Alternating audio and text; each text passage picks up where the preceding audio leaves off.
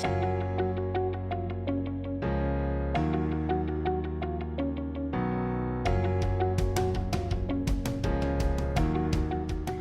everyone, and welcome back to DWG TV. I'm Hannah, and today I'm joined by Layla Ferjani from Sexual Trauma Services of the Midlands. Today we're going to be talking about how one Columbia nonprofit, where Layla works, she's the director of marketing there, how they're really making an impact in the community and using digital marketing best practices and tactics to engage supporters and really educate the Columbia area about sexual violence. So Layla, if you want to take a second and introduce yourself and explain just what Sexual Trauma Services of the Midlands does. Yeah, so hi everyone. Thanks for having me, Hannah. Like Hannah said, I'm the Director of Marketing at Sexual Trauma Services of the Midlands. It is a rape crisis center that serves 5 counties within the Midlands: Richland, Lexington, Newberry, Clarendon, and Sumter counties. So we are a direct service organization, which means we provide individual and group counseling and advocacy services directly to survivors of sexual assault and their loved ones. And then the second half of our organization is our prevention education curriculum. So we are educating as young as age 3 all the way into adulthood on how individuals can identify and prevent sexual violence. Awesome. What is your role as digital or as director of marketing? What does that really entail? Like, what does a day in the life of Layla look like? Right. So I guess in short, I plan and implement strategic communications programming to further our organization's mission, essentially. But really, like, aside from kind of what I do day to day is obviously, those administrative tasks of checking my email and looking at social and replying to individuals whenever they tweet at us or interact with our social posts, and just like graphic design work and stuff. I really, it kind of really depends on the season. We just wrapped up event season because April is Sexual Assault Awareness Month. And so that has come and gone. And so now I'm really focusing on Q4 in our fiscal year and seeing what marketing goals I had implemented at the beginning of the year, seeing what worked, and then obviously what didn't work, because not all of my ideas work. Right. And really trying to figure out how do we expand on those, and then come July, strategic planning for the upcoming fiscal year. Awesome. So marketing as a nonprofit, I know there's some unique challenges there that y'all face. What are some that you have experienced in your role, just some like nonprofit specific challenges when it comes to marketing? I think really anyone in the nonprofit sector can relate to budget and time constraints. Yep. I wish we had thousands of dollars to spend every month on advertising and digital marketing. And, I had a 4 to 6 person staff where everyone focused on one thing and we could get everything done. And then, just time. I mean, I am going from social media to graphic design work to website management to media relations and just general internal communications work. And I think those are our 2 biggest struggles. So I really have to manage my time very well and really put in, especially when it comes to our budget, really put in dollars within marketing tactics that I know will make results. Right. Yeah. So that's definitely something we hear a lot, is the time constraints, the budget constraints. How have you kind of adapted your schedule and built kind of productivity best practices for yourself to make sure that you're being efficient, make sure that the tactics and strategies that you're coming up with are going to be effective? How have you kind of adapted to that in your role? Yeah, I think it really is just getting out of that whirlwind of just daily things, making sure that when I set my goals at the beginning of the year, I can really implement them and then set myself up for success, so I don't get caught oh my gosh, it's Monday and I haven't posted anything on social media today. What am I going to post? Let me spend 3 hours trying to think of something to post on social media for today. So really taking that time during our off season, so I don't have to struggle daily to just do my job. Yeah. And then as far as budget stuff, just really thinking, well, when can we get the most bang for our buck? Sure. Specifically within advertising and within like social media marketing. So when do I know our audience is most engaged? It's obviously during our event season. That's when we sink the most money into our social media marketing or into advertising, especially within like special publications within our news outlets. So just really thinking like, when is our audience most likely going to recognize us and then want to get to know us, and then just using that to make sure our dollar goes as far as it can. Yep, definitely. Those are some really good points. So as a nonprofit, you're speaking to a lot of different kinds of audiences. You have the supporters that you already have. You have donors, volunteers. How in your marketing strategies do you ensure that you're reaching all of those different audiences? Right. So something that really helped me kind of just figure out how often we're communicating with individuals is just like a broad editorial calendar for social media specifically. I think social media is definitely one of the biggest tools a nonprofit can use just for as far as like budget constraints and just for being able to talk to a mass amount of people all the time. So looking at my monthly social media calendar and just figuring out, okay, on Wednesdays, we talk to volunteers. Friday, we talk to our education community partners. Monday, we're talking to donors. Tuesday, it's whatever organic content we have going on. And then Thursday, I might specifically target clients to come in to seek services with us. So, and then just kind of rotating that through the weeks. We do a lot of thank yous. It's very important for us to show how grateful we are for our volunteers, our donors, and then just people that trust us to come to our organization to seek healing. Yeah. And then, of course, like I said, in the beginning of our chat, our second part of our mission is to educate the community about sexual violence and the impact that it has. And that's a big message of us. It's just like, I mean, did you know that 1 in 33 men and 1 in 4 women will be affected by this sometime in their life? And just educating the community that this is a huge problem. Yeah. But yeah, you're just using my monthly editorial calendar for social to push out content like through our blog or in the media, just to stay relevant and kind of keep my head on straight and make sure we talk to everyone. Yeah, that's a great tip for anyone, even if you're not a nonprofit, really just to cycle through those different audiences. Every industry, every company, every organization has several different personas they're trying to reach. So I think that's a great way that y'all do it, is kind of have certain days dedicated to talking to different audiences. So I know you mentioned educating the community about sexual trauma services of the Midlands and just really getting the community aware of this. Like you mentioned, what are some ways that you do that through marketing? So this year we've done a lot in constant contact through our email marketing. We really tried to use things like Giving Tuesday and Midlands Gives and our annual appeal in our end of the year annual appeal to really let people know like how big of an impact this is. So obviously we're doing a financial ask. So it's like, look at what your financial ask is directly impacting. So we've seen great results through that. And just seeing like through our click-through rates and whatnot, getting together our email list, just how when you put in those statistics and you make them relevant to the Midlands community, just like how open the community is to eradicate this issue. Second, I mean, we do a lot on social media. Facebook fundraisers have been a great thing for us. Just being like, hey, like, why don't you like donate through Facebook directly? So that's been a great benefit to us. But really just our email marketing has been really great this year since I've taken the like I said, you just have to take the time, which is hard to do. Just taking the time of just like updating those email lists and making sure that your audiences are still relevant and interested in what you have to say. Right. So fundraising, like you said, that's a huge part of what y'all do. And your posts, you have that financial ask in there. What digital marketing tactic have y'all seen the most success with when it comes to fundraising? Has it been those emails? Has it been social media marketing, asking for donations directly through Facebook? What kind of have you seen through kind of trial and error?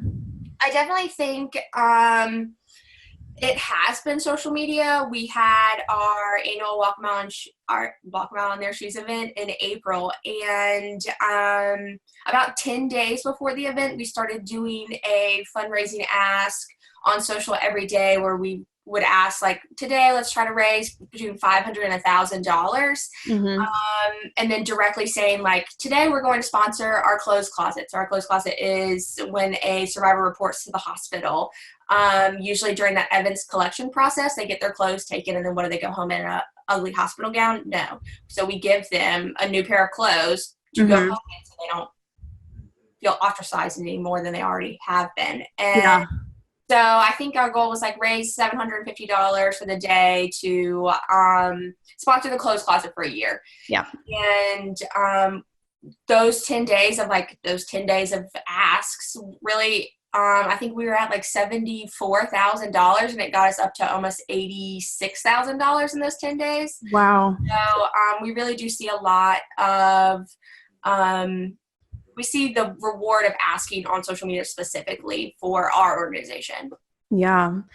That really makes sense too, now that you're explaining that too, because I would think it kind of gets the community feeling like they're a part of something, and they see that this person's giving and they want to join in on that too, and kind of just like rally together for the common good. So that's really cool. And really impressive that y'all raised that much in just 10 days. So what have you learned from working in marketing within a nonprofit? I mean, I really think it's kind of like sales in a different sense, it really is like you are selling this organization that doesn't necessarily have a product. So while maybe for-profit companies have a product that they're trying to sell, we have services, but they're at no cost or people that come to our organization. But really, you are selling the organization's mission, and you're selling an idea of, we want to end sexual violence. Right. So I really think it has taught me a lot on how to specifically craft messages for specific audiences. It has really taught me, obviously, like, great time management skills. I have to do a lot with a little, but I think it really has given me a wide variety of skill sets that I can take to my next job, like going from social media marketing to email marketing to mass mailing. Like while I might ask the same thing in every single one of them, I have to ask them differently. Yeah. So it really has taught me how to craft a message, but in 4 different ways. And so I think it's been like super valuable. And I think, and then just personally, it's really helped me get to know my community better. We network with so many people within the community, within the nonprofit sector, and from various businesses. I've lived in Columbia my whole life, and like some of these places, some of these organizations that we partner with, I never even heard of. Now I'm like, yes, now I know where to go if I want to buy a guitar. Or just like I know all these business executives, and it really has been such a cool opportunity. And then now I know a great organization that can help individuals if they are ever impacted by this. And I think that is one of my most favorite things. Yeah, that's a really good point, especially with nonprofits, really the community marketing, the networking, and because, like you said, you have to do so much with so little.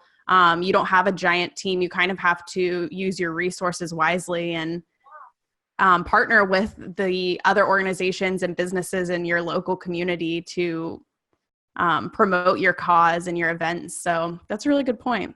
Some great lessons in there.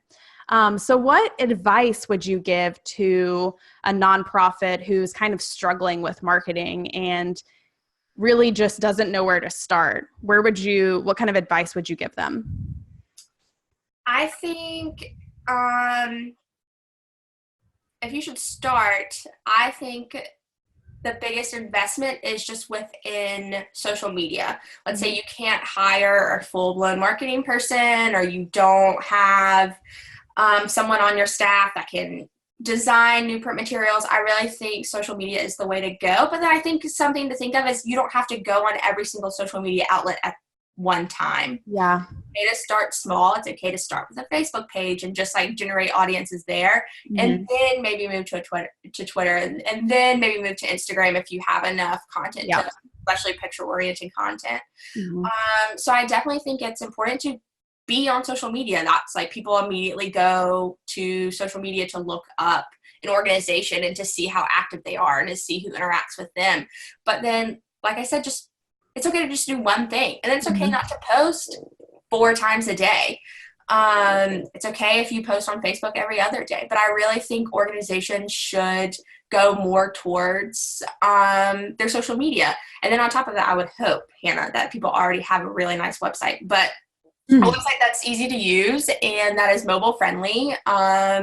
Because I mean, that's where people go to look for information, and then they go to social media. So I really think once you have kind of a robust, user-friendly, mobile-friendly website, and then moving to your social media platforms, I really think that's where organizations should start. And then, like I said, just start slow. Like, we don't need to rush into having like a Pinterest and a Google Plus and all of this other stuff. We don't need that. It's just starting small and then just doing small really well, and then expanding. Yeah.